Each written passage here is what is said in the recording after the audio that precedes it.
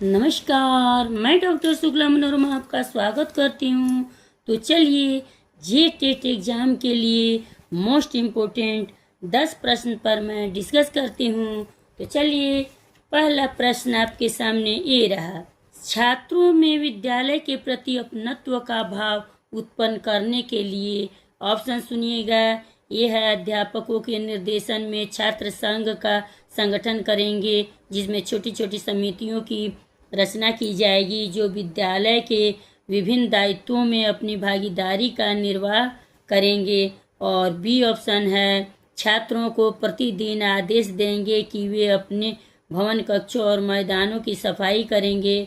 C option है, SUPW को आवश्यक करेंगे और उसके अंक निर्धारण करेंगे ताकि छात्र अनिवार्य रूप से विद्यालय के लिए कार्य करें। और डी है, शुल्क के साथ अतिरिक्त दंड शुल्क लेंगे तथा सहयोग न करने वाले छात्रों को इस प्रकार दंडित करेंगे। चलिए आप लोग बताइए पहला प्रश्न का उत्तर मैं बता रही हूँ, बी सही है। छात्रों को प्रतिदिन आदेश देंगे कि वे अपने भवन कक्षों और मैदान की सफाई करेंगे। अब दूसरा प्रश्न आपके सामने ये रहा। आप एक 5 वर्ष की बेटी की माँ हैं और दूसरा मेहमान प्रसव होने वाला है। ऑप्शन सुनिएगा। ये है, अपनी पुत्री की जिज्ञासा को, जो आपके शारीरिक परिवर्तन के बारे में स्वाभाविक है, सहज रूप से समझाएंगे और घर के छोटे छोटे कार्यों में उसकी सहायता प्रदान करेगी। बी ऑप्शन है, नए अतिथि के स्वागत के लिए उसे मानसिक रूप से तैयार करते हुए उसे भी उसके बढ़ते दायित्व का अनुभव कराने की प्रशंसा देगी। सी ऑप्शन है, आने वाला उसका भाई भी हो सकता है और बहन भी, अतः दोनों स्थितियों के स्वागत के लिए उसे समझाती रहेंगी। और डी है, उपयुक्त सभी। चलिए बताइए, लाइक सब्सक्राइब करते जाइएगा आप लोग। मोस्ट इम्पोर्टेंट प्रश्न है। दूसरा प्रश्न का उत्तर डी सही है, उपयुक्त सभी। अब तीसरा प्रश्न आपके सामने ये रहा। आपके महाविद्यालय में खेलों का आयोजन हो रहा है। ऑप्शन सुनिएगा। ये है, शिक्षण कार्य स्थगित है अतः आप अवकाश मानेंगे। बी है, उस समय कॉलेज जाएंगे जब खेलों का आरंभ या समापन होगा। सी है, अपनी रुचि के खेल देखने जाएंगे। और डी है, यथासंभव विद्यालय कॉलेज परिसर में रहकर छात्रों को प्रोत्साहित करेंगे।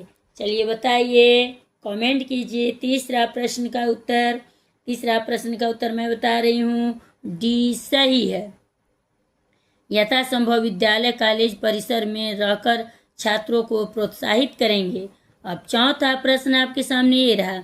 आपके बालक ने चोरी की है, भविष्य में वह ऐसा न करे, इसके लिए आप क्या करेंगे?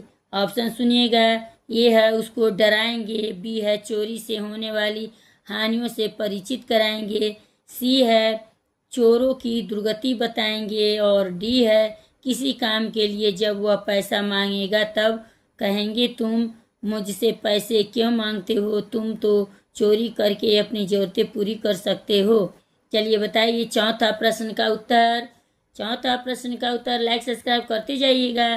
चौथा प्रश्न का उत्तर मैं बता रही हूँ, बी सही है, चोरी से होने वाली हानियों से परिचित कराएंगे। अब पांचवा प्रश्न आपके सामने ये रहा।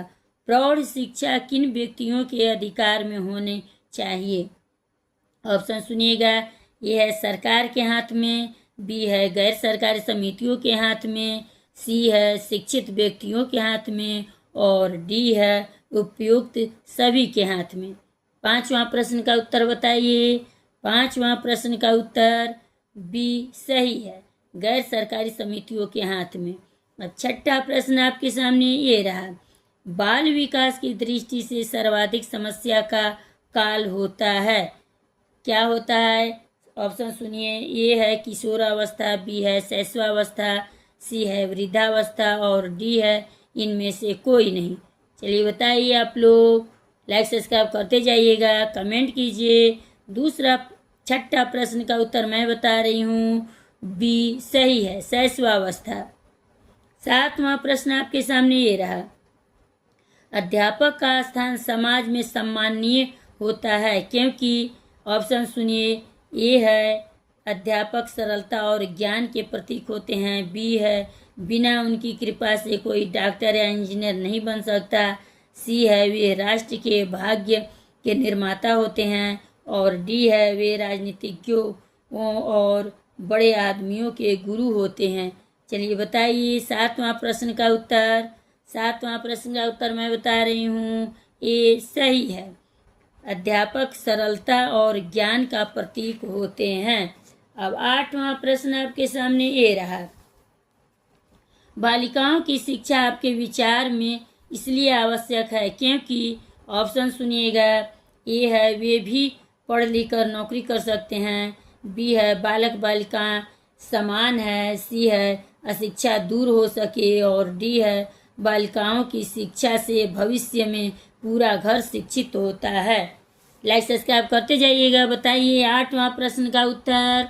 8वां प्रश्न का उत्तर मैं बता रही हूँ, डी सही है, बालिकाओं की शिक्षा से भविष्य में पूरा घर शिक्षित होता है। अब 9वां प्रश्न आपके सामने ये रहा, बालक को दाएं बाएं का ज्ञान हो जाता है। ऑप्शन सुनिएगा, ए है 6 वर्ष की आयु में, बी है 3 वर्ष की आयु में, सी है 4 वर्ष की आयु में, और डी है 18 वर्ष की आयु में। चलिए बताइए, कमेंट कीजिए आप लोग 9वां प्रश्न का उत्तर। 9वां प्रश्न का उत्तर मैं बता रही हूँ, ए सही है, 6 वर्ष की आयु में। अब 10वां और लास्ट प्रश्न है, आप लोग ध्यान दीजिएगा, मोस्ट इम्पोर्टेंट प्रश्न मैं बता रही हूँ।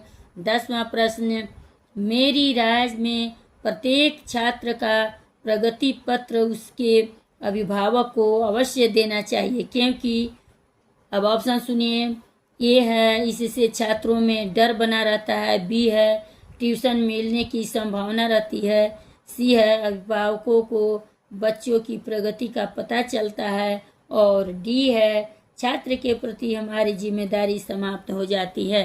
चलिए बताइए 10वां प्रश्न का उत्तर। लाइक सब्सक्राइब करते जाइएगा। 10वां प्रश्न का उत्तर मैं बता रही हूँ, सी सही है, अभिभावकों को बच्चों की प्रगति का पता चलता है। चलिए लाइक सब्सक्राइब करते जाइएगा। मिलते हैं अगले वीडियो में।